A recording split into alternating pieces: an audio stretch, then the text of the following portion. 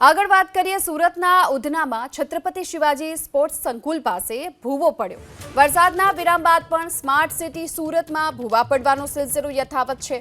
ચોમાસા પહેલા શિવાજી સ્પોર્ટ્સ સંકુલ પાસે પ્રશાસને એક આખો નવો રોડ બનાવ્યો હતો, પરંતુ પ્રથમ વરસાદમાં આ ભૂવો પડી જતા રોડના કામની ગુણવત્તા સામે ઝાલતો સવાલ ઉઠી રહ્યો છે।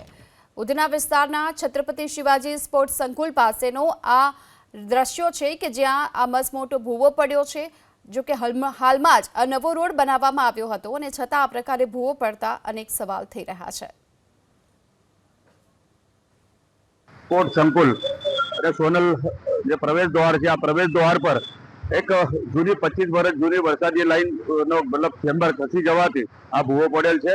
તો તાત્કાલિક અસરથી હમણાં ભલે આજે રજાનો દિવસ છે, મતલબ ડ્રેનેજ વિભાગ અને રોડ વિભાગને સૂચના આપી છે ને હમણાં જ બિલકુલ 5 મિનિટ અંદર અહીંયા ટીમ આવી જશે અને આ ચેમ્બર રિપેરિંગ કરવામાં આવશે।